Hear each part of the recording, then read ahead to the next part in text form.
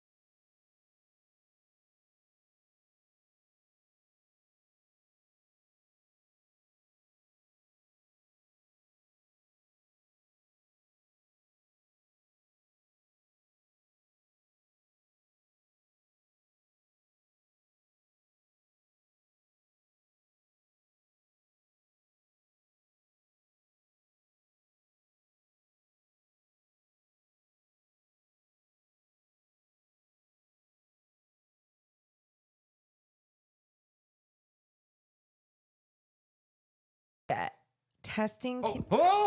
I'm seeing the meters. Wait. Seeing a meter. Can you guys hear us? If you could hear us in the chat, give me a hell yeah. Let's see. Deuce. Give me a hell yeah. We're back! You know what? Honestly, I don't know. What? If you hear us, no, if they truly hear us, This is good. they'll hit the thumbs up button and give us a hell yeah. Give me a hell yeah.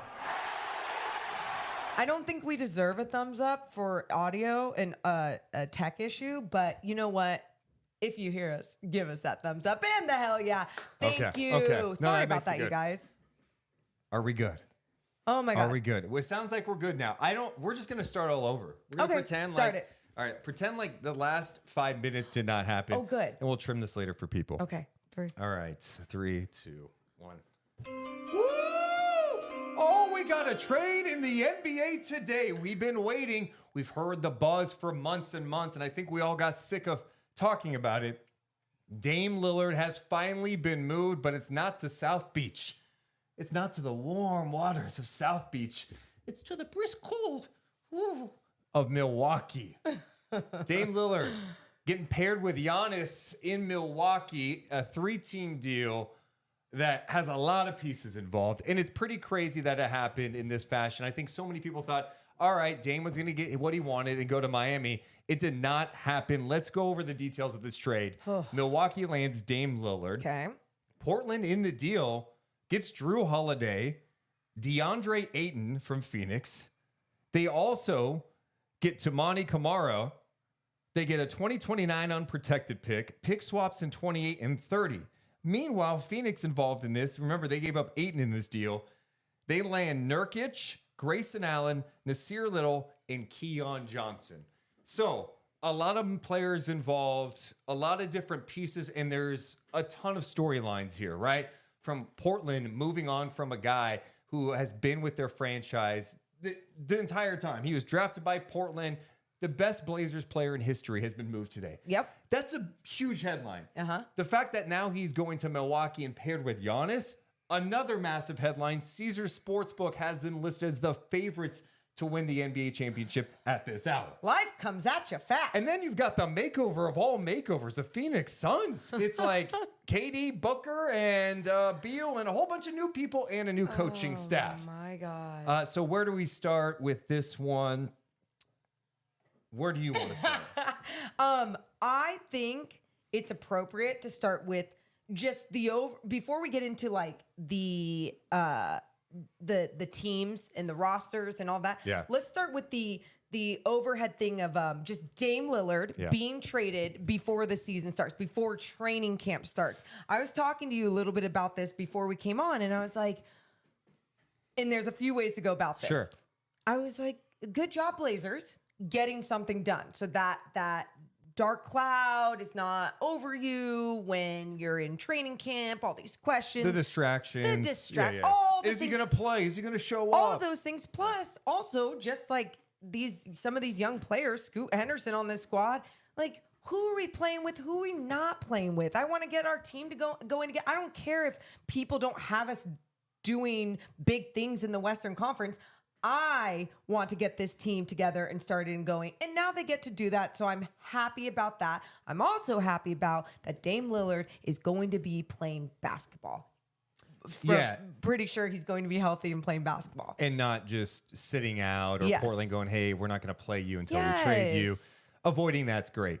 I think the Dame time in Portland, what an epic run he had there. But ultimately, I think the main reason he wanted out is he never felt like they could build a true winner around him. And it was a legit beef. It was unfortunate that they waited so long to move on from him. I know it's not easy to move your franchise guy. And you want, especially a guy like Dame, who is the ultimate teammate, competitor, such a good guy. You want him a part of your organization. When he asked to be moved and then everything was pointing toward Miami, I'm like, I was worried that Portland was going to buckle and just trade him, take the first deal. They waited and they were patient with it. Now, I think when you look at the package they received back, especially considering the reports out there that they're not planning to keep Drew Holiday on an expiring deal, they get DeAndre Ayton. And the picks in the future could be intriguing, right? By 2029, that could end up being a great pick for them, for Milwaukee, right? The pick swaps too. You never know what's going to happen down the road. Dame Lillard is 33 years old. Giannis getting older, all that stuff. It could be a transitional time for the Bucks at that point. So draft compensation, okay. From a player perspective, you get DeAndre Ayton back. And he's just one of those frustrating guys. Remember, he was the number one pick in the draft. Yeah. And I every time I watch him, like, he's just a grump. Like, he didn't vibe with Monty Williams. It was clear that he got frustrated a lot with his role. But if you're Portland, you're going, hey, we've got Shaedon Sharpe. We drafted Scoot Henderson. Let's have a 25-year-old big in a new environment, and maybe we can highlight him in a different way. Let's take a shot on someone like him. And that's what it is. You're going back in time with the age, right? You're trying to grab a piece that you believe you could do something with, that maybe another organization couldn't do something with. Now, again, this is another player who had health issues throughout his career. Last season, 67 games. The season before, 58 games. So you go down the line, you see the amount of games he's playing. I mean, it's still more than what Dame was starting to play toward the end. So great, maybe an upgrade there. But at the same time, I think that's what you're kind of banking on, Deuce, is that you're sticking this younger big that has potential. You see those flashes, those moments when he's not You're a taking a grump. chance on it. If you're moving on from your franchise piece, you hope that you get something that you can, a young piece that you feel like entering his prime can give you something. Yeah, I mean, he's athletic. He's all those things. It's exactly what you just said, though. It's just mentally. Yeah. What are you going to be about? Are you going to be about the game? Are you going to pout? What's your vibe? Now, we obviously don't know all the things that were going on behind the scenes, but I know at the end of that one season, when we heard that Monty Williams hadn't even talked to him before the season had started, it was like, in our opinion, Monty Williams is one of the nicest people we always hear about from behind the scenes, right? Even as a coach, you just hear what a good person he is. So it was hard to blame him. That's why it automatically went to DeAndre Ayton throughout this time. And yeah, I don't know. I'm just, I'm excited for him to have, just be with the new organization. He's going to lose a lot, probably, and be grumpy. But hey, I want to go back to Portland a second. We'll bounce around a ton on this. Yeah, hell yeah. From Milwaukee's perspective, look, man, Drew Holiday, they won a championship with. You know what Drew brings, especially defensively. You swapped out Drew Holiday at 33 for Dame Lillard at 33. Dame Morgan, we know what he does offensively. There's definitely a step down defensively for Milwaukee, but here's the thing. I think they can get away with not having a lockdown guy like Drew Holiday because Dame is so explosive offensively. And that back line, when you've got Giannis and Lopez back there, you feel a little more comfortable with it. I think Milwaukee was in a spot too, similar to Portland, right? Giannis is homegrown guy, and he started to pull he went from the Dame playbook a little bit. Yeah. Started to speak up a little bit. From the star playbook, right? The NBA star playbook. But I'm just thinking about Giannis being in this, and Giannis has won a championship, but it's clear he's like challenging his organization to be like, hey, I'm not here just to win a championship. Like if I'm going to sign an extension here, you guys have to be aggressive in getting legitimate talent that's out there so we can win, or I may have to look elsewhere. Yeah. And he put some pressure on. I'm cool with that. And that pressure obviously worked because they made a significant change. They have a new coaching staff. Then you swap in Dame Lillard. Those two guys have wanted to play with each other. There's definitely been comments from those two over the years about their desire to, play with each other at some point. It's hard to look at this and not like it from Milwaukee's perspective. What I liked about the way that Giannis mostly went about, like everyone, you don't have to, but you should accept the new day and age in the NBA, right? Like players aren't most likely. The majority of players are not going to be sticking around with the same organization their entire career. That's just not how it goes anymore, whatever. But the way that Giannis went about this, he was very honest and transparent when asked about it, right? And I thought like he had his verbiage down, like it was very cordial. It felt very much like I'm putting the pressure on because I can and I want more. And if I sit back and stay quiet, I'm going to end up like Dame, or I'm going to end up like whoever. Well, and look, teams have expectations of players and coaches. I'm cool. I'm cool with the guy, like one of the greats of our game, an MVP, a champion, going, no, like I want to win more, so let's figure this out. I'm like, aging. Looking at the situation, going, all right, Dame is available. This guy can score with the best of them, over 30 points a game. What he's going to do for their spacing to open things up offensively, that's going to be pretty nasty. I mean, I think that's the one rap with Drew Holiday is you couldn't always trust the shooting. You know what he's going to bring defensively, but the shooting could come and go. I like Drew Holiday a lot as a player. But we're talking about, okay, how do you extend the window and make Giannis happy? Well, this was it. So today, they checked that box. They made Giannis happy. They acquired Dame Lillard. And now they're back in the championship conversation again, in my opinion. Yeah, no, and they are. And I think some people might what's Dame Lillard going to look like? It's not like you haven't seen him in 2 years. You know he's still capable of playing basketball at a high level. The only issue is, can he stay healthy? How many times are we asking that question with so many stars in this league, especially as they continue to age? But his window, just like you said, it's running, like that championship window is running out. Your career window is like running out. You got to make sure that you are capitalizing on these moments, being in the best shape of your life when you have one of the best players in the league around you. So yeah, all in all, it puts them on a different level. And I don't know about you guys, but shit, I'm excited just to watch this team. Well, and when you look at the contract situation this year, sorry, I thought our thing went out again, our audio. Did you hear that too? Yeah, but I wasn't. Okay. That was funny. Drew Holiday had an option for next year, so he's probably going to opt out for a long-term deal. Well, Dame is under contract this season, the season after that, the season after that, and then he's got a player option in 26-27. So he's under contract. Like you have him locked up.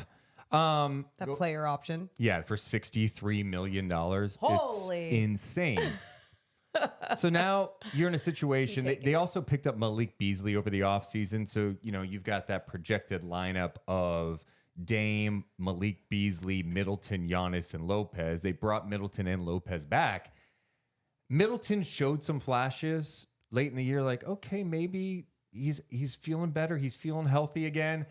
I think that's just the big question is what can Middleton bring to that squad if he is truly healthy this year? It's an older team, but like you're trying to win a championship. They went all in on this group. They think this is what it's going to be enough in the East to get it done. I like their squad. I mean, Giannis and Dame is a pretty potent duo. Yeah, I think that right there. And then again, when healthy, Chris Middleton is just another guy that you're like, those flashes that he shows. There's moments when you're like, is he one of the best players in the NBA? And then just can't stay on the floor at times and has slowed down because of some of the injuries. But hopefully, like he's seen a lot of health and can make this team exciting again. Really glad that Dame went away from the Western Conference too. Just from a selfish standpoint. Yes. Yes. Did the Suns get better today, though? I mean, when you look at what they gave up DeAndre Ayton. We just talked about a little grumpy. Looks like he pouts a lot. Not totally. I don't want to like totally put that narrative on him too much. We're not putting a narrative on him. We all witnessed this. This is not something new. Like, that doesn't diminish his talent. Like, okay, you can acknowledge the guy's a little grumpy out there. I mean, we saw it. It's not. This is speculation. We've seen it. And then didn't look great against Jokic in the playoffs. Yeah. Although who looks great against Jokic in the playoffs? So they move on from Ayton. They get Nurkic, Grayson Allen, Nasir Little, and Keon Johnson. So they pretty much trade their starting center for depth, and then they put Nurkic at the 5 spot, rejoining his old teammate. Yeah, let me double check that. I'm trying to remember the Suns depth chart because they added to the squad. Yeah, Drew Eubanks, who Nurkic knows from Portland, is there. They also have Bol on their roster as a big, and Chimeze Metu. So they have a lot of new pieces. You think about just from last year. You've got Beals new, Nurkic, Eubanks, Watanabe, Bates Diop, Eric Gordon, Saban Lee, Bol, Chimeze Metu, Udoka Azubuike. I mean, that's just 10 players right there that are new. 11, Jordan Goodwin. They have 11 new players and a new coaching staff. And the one thing they still don't have is a point guard. I mean, Bradley Beal. Bradley Beal will be, but okay. yeah. Is he a point guard? Yeah. You know what I mean? I know he can handle the ball. Is he a point guard? So that's what I look for the Suns. It's when I look at their roster, it's one of those rosters where I might talk shit about it right now, and then it ends up working, right? Again, depending on health. And if you think about Frank Vogel and this coaching staff, what is he getting out of not only these star players, but making sure to utilize your role players in the correct way? I don't know. I always go, how can you do that in one season? But again, just flashback, going back to even Mike Brown in Sacramento, seeing what he did in one season. Like, it's doable. And then if you have those elite players in the league and they stay healthy, you can only imagine what they can accomplish. But yeah, they're just, to me, like the Suns. Sometimes I laugh about them, and sometimes I'm like, shit, they're gonna be scary. Well, they have the offensive firepower, and I know the health thing that gets brought up all the time. People's pushback would be like, well, you could say that about any team. No, but there's obviously a history with KD and the injury history, his age, Beal, the same thing. But yeah, if those guys are right, they're going to be really difficult to defend during the regular season. Yeah. And we'll see how that thing develops too. There's just a lot of new pieces to fit in the fold. It really is. When you're talking about 10, 11 new guys, new coaching staff, in an adjustment period for Beal a little bit. That's what I was going to say. It's going to be an adjustment. How is he going to adjust to make sure that Devin Booker is getting his? And when I say Devin Booker is getting his, because Devin Booker is that good and should be getting his. Like, you want the ball in his hands. You want the ball in KD's hands. Not to say that you don't want it in Bradley Beal's hands, but can he be more a facilitator? Can he change his role? Wait, I just named off all those guys. Yeah. I think that number may be higher. And I don't know how many of these guys are on guaranteed deals. But I wasn't even including Grayson Allen, Nasir Little, and Keon Johnson on that. So, they've got a stacked team going into training camp of a lot of depth, and they got to figure out who kind of plays a role. I was reading in the chat on YouTube. Appreciate you guys hanging out with us on this special live stream. Someone was mentioning that they believe Eric Gordon was a sneaky good pickup for the Suns. I agree with you. Eric Gordon's a great pickup. Another guy who doesn't always stay healthy, but he's in a different role in the phase of his career. Him coming off your bench, yeah, he's dangerous. Watanabe was a nice pickup for them too. It's obviously an intriguing. They're going to win a lot of regular season games. Yeah, absolutely. But they also made these moves to win a championship, and now it's like, all right, can this team win a championship? I don't know. Yeah, and very so interesting there. It's funny because I don't think talking about them today and talking about them losing DeAndre Ayton, no one's like, oh, that's what they didn't really fill that position. We were just kind of talking about some of those players, some of those bigs on that squad. But when talking about this Phoenix Suns team, you talk about KD and Booker. Yeah, I think they look at it now where it's like, all right, with the combination of Nurkic, Eubanks, Metu, Bol I know is a name everyone falls in love with because he does some fun things on the floor every once in a while. I don't think they're counting on Bol to be like a huge part of the rotation. But like Metu had some nice moments with Sacramento last year. He did. Coming off the bench, and he was their backup center at times. And when he plays in control, it looks good. Nurkic is obviously starting the NBA. I'm not a huge fan of his game. I think especially defensively, there are going to be some issues, but is a slight downgrade from Ayton worth getting more depth? And I think that's kind of what the Suns weighed there. I don't know. It's these depth. Trades are crazy, man. It's really insane. Then you get into the next layer of this trade where Woj is reporting that Portland is looking to move on from Drew Holiday.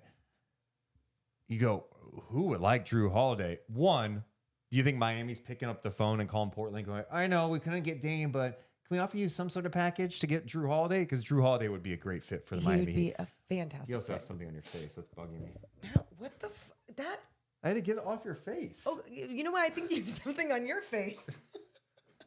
I was being nice. I know. How do you want me to get off your face? What's the right approach? Here's the approach. Yeah. You could have just been like, yo, on your right cheek, there's like a fluff ball or something weird. Can you go like this? Instead, you went for a full-blown like physical attack.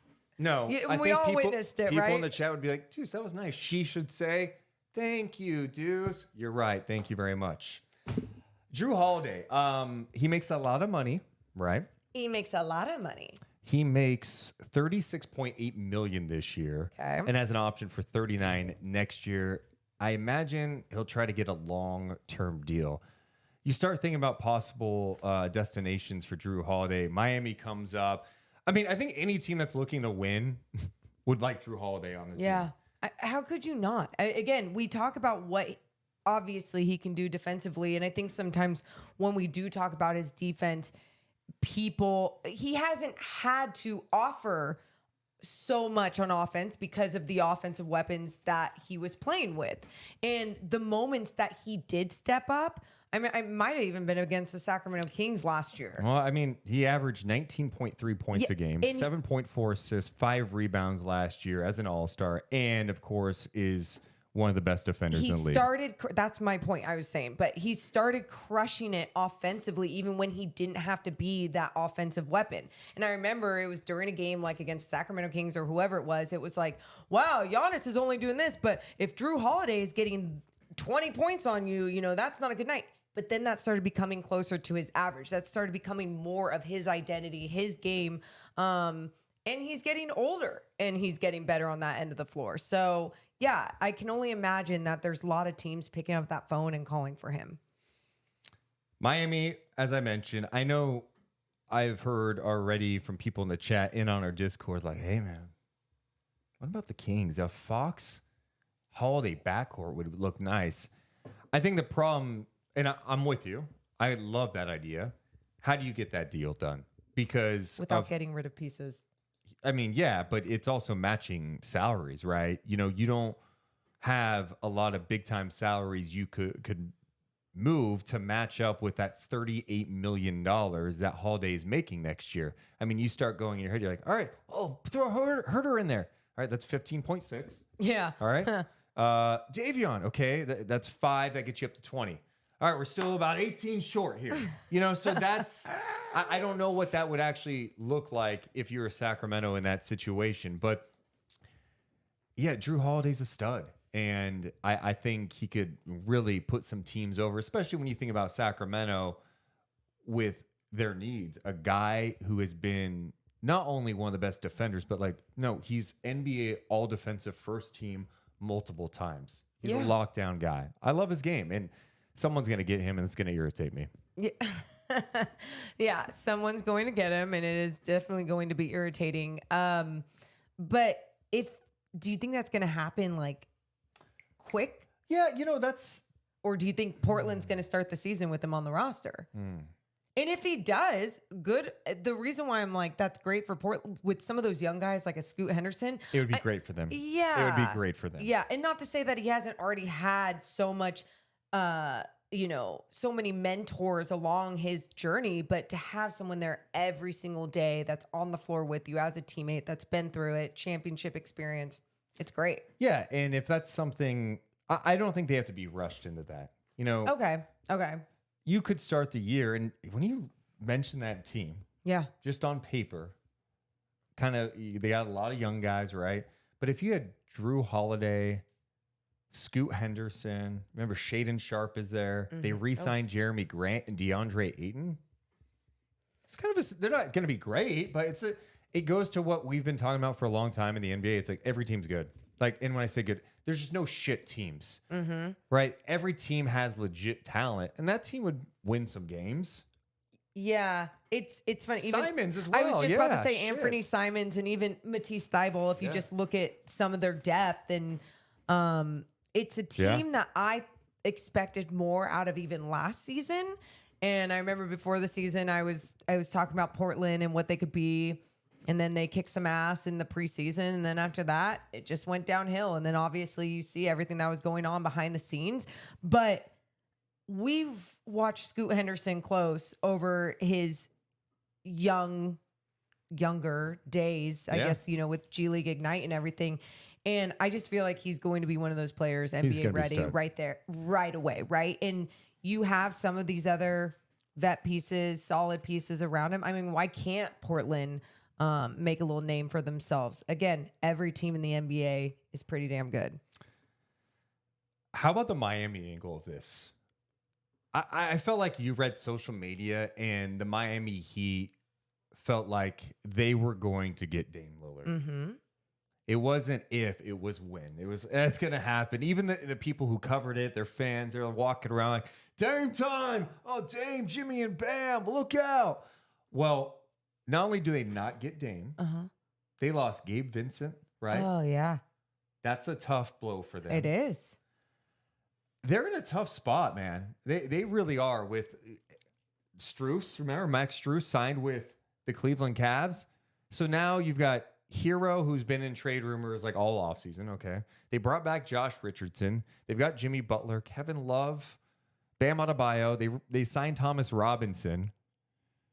It's not great. And no. I know they got there, but no one, no one's looking at Miami going, oh, I think they can get back to the championship level. But look at them. But look at them last year. Nobody was talking about them. Sure. Yes. But do you think that was a fluke? Was it fluky that they got there? I don't think it was fluky. I think they had a better team. That's what I was going to say. Clicked at the right time.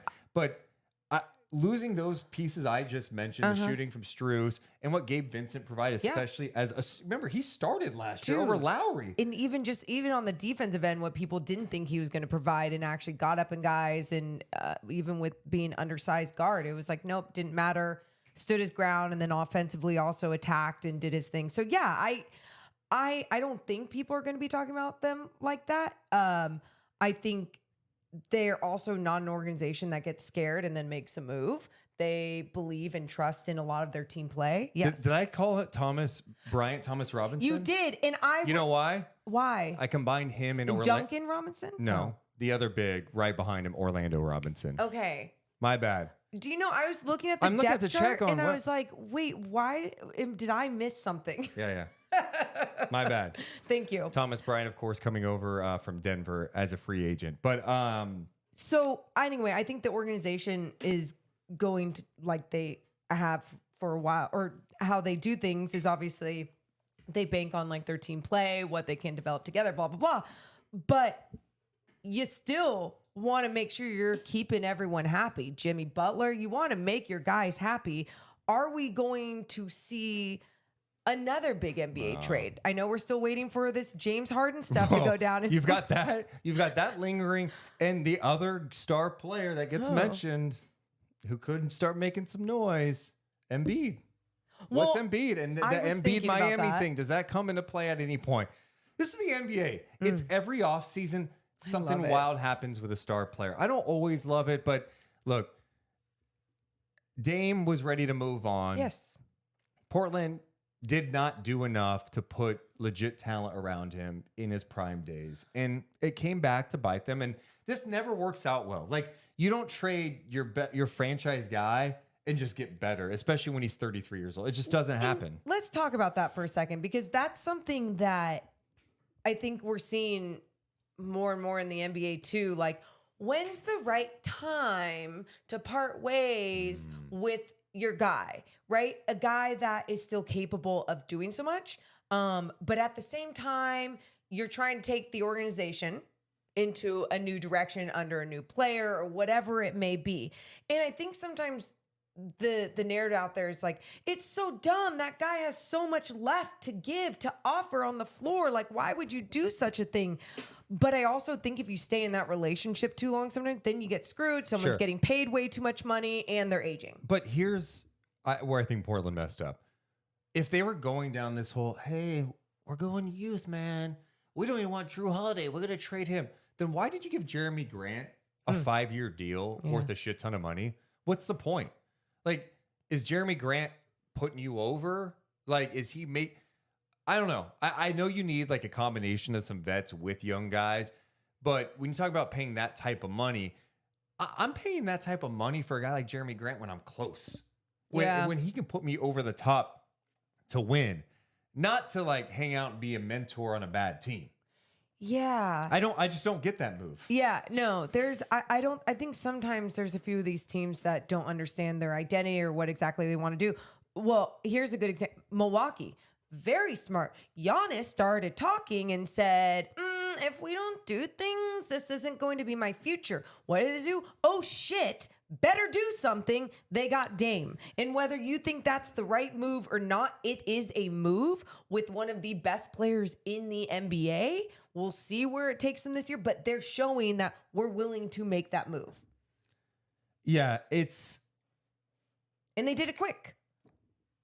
Here's what's interesting, though. If the player's name is not Giannis and, I don't know, name someone who's not liked in the NBA, starts pulling that card. Buddy Hield? Well, no, I was thinking like a franchise piece. Oh. It's just people would go at that guy a little bit. But I think it is what Giannis has established credibility by being one of the best guys in the league. He's won a championship.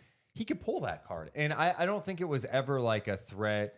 And it wasn't a financial thing either. I think he just really wants to put pressure on this organization to continue to push for championships. Yeah. You know, sometimes these organizations, we want our championship. We can kind of milk it for a little bit, or maybe we start cutting a little bit. Well, look, I don't think Giannis can complain about much.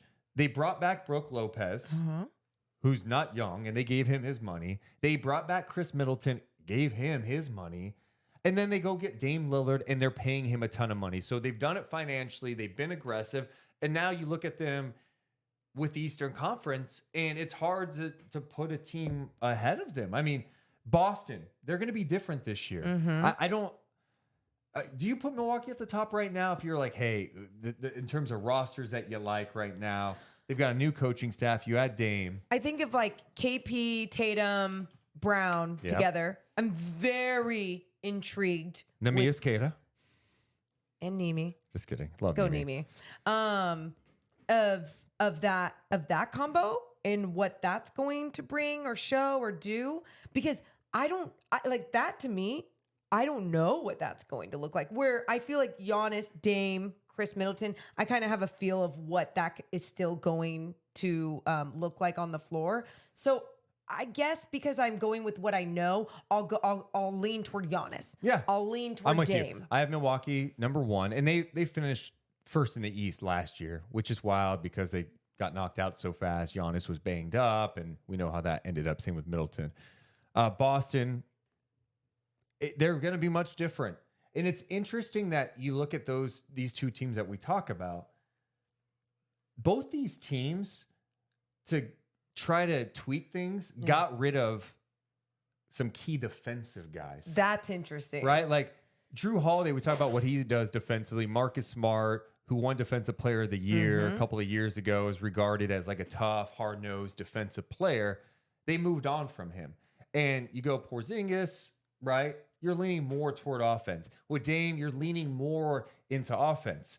So those two teams, to me, are clearly the class of the Eastern Conference. And then you start looking around the rest of the East. Philly, I'm out. Like, I'm sorry. That's Nick fine. Nurse, I get it. Oh, Kelly Oubre can try to suck you in with those eyes. But the So whole pretty. Harden dynamic, I can't buy into them. Why haven't we been talking about Cleveland? Because I think Haven't we been? I think the second Donovan Mitchell landed in Cleveland, he was itching to get out of Cleveland. And I just don't think you read some of the reports that he doesn't really want to be there long term. And I think that is tough. That's tough, right? I mean, obviously they've got talent with Garland and Mobley. I mean, they have some legit talent on that team. But I'm talking about trying to win a champ. They're not coming out of the East. Fair, fine. Unless you want to bet on Evan Mobley taking a ginormous leap this year, becoming one of the best bigs in the NBA. No. Okay. The Knicks. Yeah, it's They're just competitive. They're scrappy. Absolutely. But even with that, like, I'm not sitting here today and going, Randall and Brunson are going to be your duo that takes this squad to a championship or even to the Eastern Conference Finals.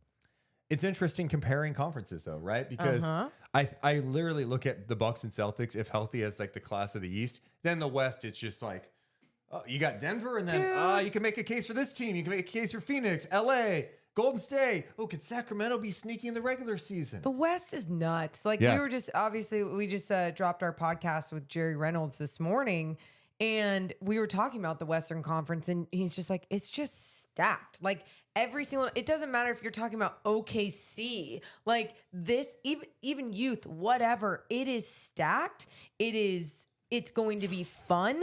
There's so many good players. It's scary. And there's so many good teams. That's the scary part, is when these good players are on actual good teams and they figure it out. Because you saw it last year. Who were your champions? A good team with a very, I'm just going to say, a very good player, even though there was multiple. But Jokic, obviously. Is generational. Great. Yes. Senior Informer says, what about the Knicks? I mean, I like the Knicks. I just don't, I can't put them above. You know, they're in that next tier in the East. Boston, they've been together now, and then they just shook it up a bit. And that's what's going to be interesting. I think, you know, Porzingis had a bounce back year last year. The question with him always is like, all right, is he going to be healthy enough to contribute? You know, that's what you look at. And then, you know, the Knicks have been always the team that's always searching for, hey, who's that next star player that's going to be available out there? I forgot about Dante DiVincenzo too. Just being, and when I'm not talking about star Well, player, that puts him up. I was just thinking Yeah. about, like kind of where they're going, what they added, whatever. And it's it's just not enough. And unless too, this is the thing that I think we experienced from some of these organizations that played some really good team basketball. It was, wow, if you get your shit together, everyone's buying in, and your head coach and your coaching staff have something special to present on the floor that is being executed, you see where that can take you to the next level, even without those big superstar names. But it's very difficult to execute and to do. I think my biggest concern for Boston is up front. Like, Horford, older, is he going to be healthy? Rob Williams, love the guy. Is he going to be healthy? Porzingis, is he going to stay? It's fragile. It there. is It super is. fragile. But if Porzingis does stay healthy, if it takes some pressure off some other bigs, okay, it could be really interesting. So, yeah, I mean, I think when you looked at the Bucks before this trade today, you went, they're still a good team, but you wondered, like, all right, what's that going to look like? Today, you firmly put them near the top of the Eastern Conference, and so that's what you want, and you want to have a chance to compete. They did that. Yeah, it's weird seeing it's gonna be weird seeing Dame on another team, though. It is.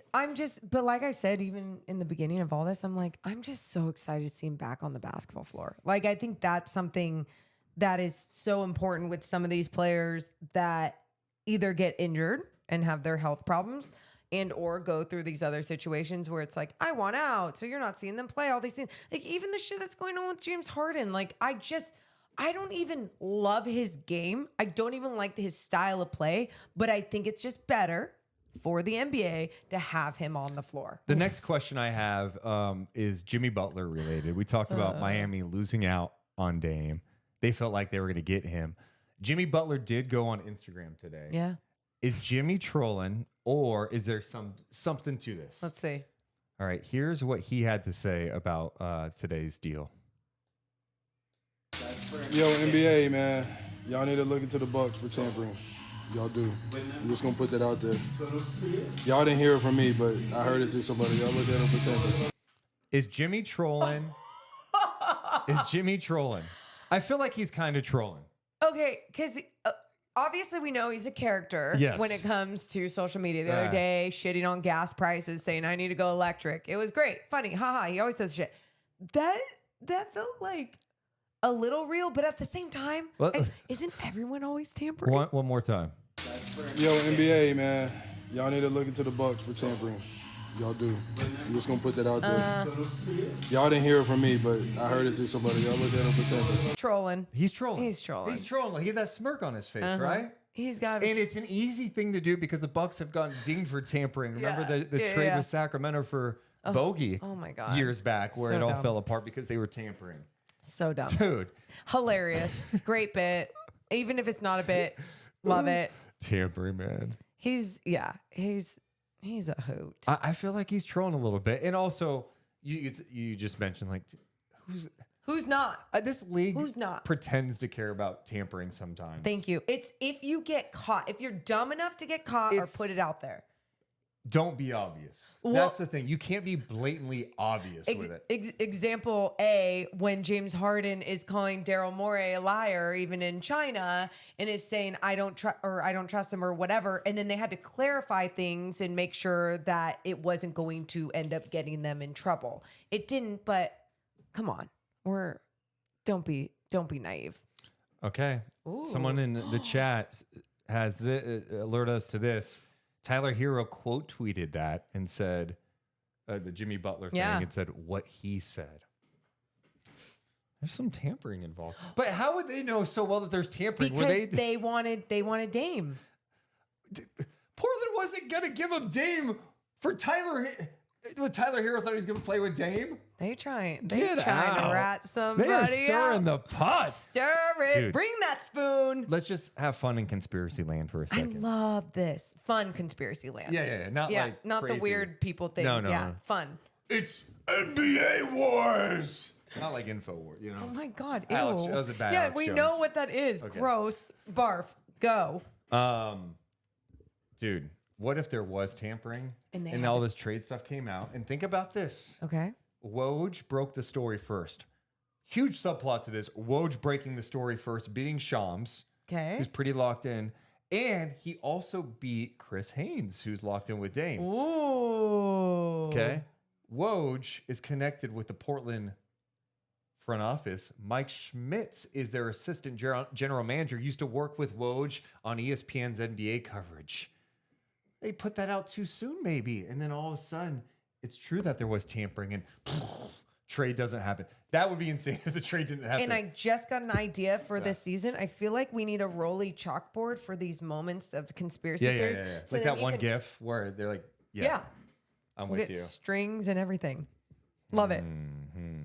I mean, yeah, there's all this shit that goes on behind the scenes that we'll never know, blah, blah, blah. Or we'll know because someone gets in trouble. Makes things more fun, but also then it doesn't because then, like, after you break it down and talk about it and then everyone goes back to their original team, Yeah. that's always the most annoying. Like when that bogey thing did happen, oh my God.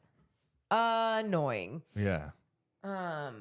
The Chris Paul Lakers thing all over again. Dude, that's wild that was even a thing. Because now you think about all these teams and how they stack up all these guys and everyone's allowed to, but Chris Paul wasn't allowed to go to the Lakers. Yeah. Well, in a weird way, I do like that it's not just a star player getting traded to another big market or like a like a Miami, LA, New York situation. It's like he goes from Portland to Milwaukee. Milwaukee's a small market. And it shows you if you draft right and develop, which they did with Giannis, put things around him, get creative over the years, you're going to put yourself in a situation to be able to land star players in the future. And that's what you do. I mean, you even go back to when they got Drew Holiday. They were really aggressive, giving up picks, and they get Drew Holiday. They won a championship after that trade because they put all that together. So I like the fact people get mad that stars are trying to unite and all this stuff. Dude, you put a good team, you put yourself, you draft well, you can put yourself in a position to make a deal like this. And that's what it's about. If you're part of a shitty band that travels the country every year, like name one. Because I'm thinking of more like indie style, but I mean, you can go One Direction. You can go like One Direction. Like they're a shitty band. You're offending some of our. Okay, I'm not saying, but my point is, No is one like likes One you Direction. you want to be. Name One Direction song. You know what's funny? I only know my parody that I made up to a One Direction song, so I don't even know the name of it. Ian Mumford and Sons. That's my cap. whole freaking point was that like you want to be with the better band. So there's going to be times where like you're like, hey, I want to make sure my talents, like my vocals, are being put in the best position for my life. Like you live, you die. You might as well try and win a championship or make lots of money or do whatever you want to do in this band. And my point is with these players, I'm totally fine with everyone always just trying to win championships, go where they want to go, be happy, be in whatever city that makes you feel the best. Do what you got to do. Sometimes I hope more and more losses come toward them, you know, when they do try these things. But at the same time, like, it's just part of the business. And I think sometimes we want sports to be so pure and everyone to be like, no, you can't leave your city. Those days are over. Sorry. Those days are over. Never mind. The dog days are. That's a whole different line. Yeah. You know what I mean? But also, Dame wasn't. I think more NBA fans would be rubbed the wrong way with this deal. And maybe NBA fans don't like this deal because, again, two stars aligning, especially of the caliber of Giannis and Dame. I think more NBA fans would have an issue if he just landed in Miami because it's like, oh, cool. He demanded a trade. There was smoke about Miami being interested, and he went to Miami. He got what he wanted. There's something for me as an NBA fan today that goes, yeah. The trade they made the trade that they wanted to make, and they, in a way, they still did right by him by giving him a chance. Okay, sorry, Dame, we didn't send you to Miami. We sent you to Milwaukee, but you get to be paired with one of the best players ever. We haven't even talked about Toronto.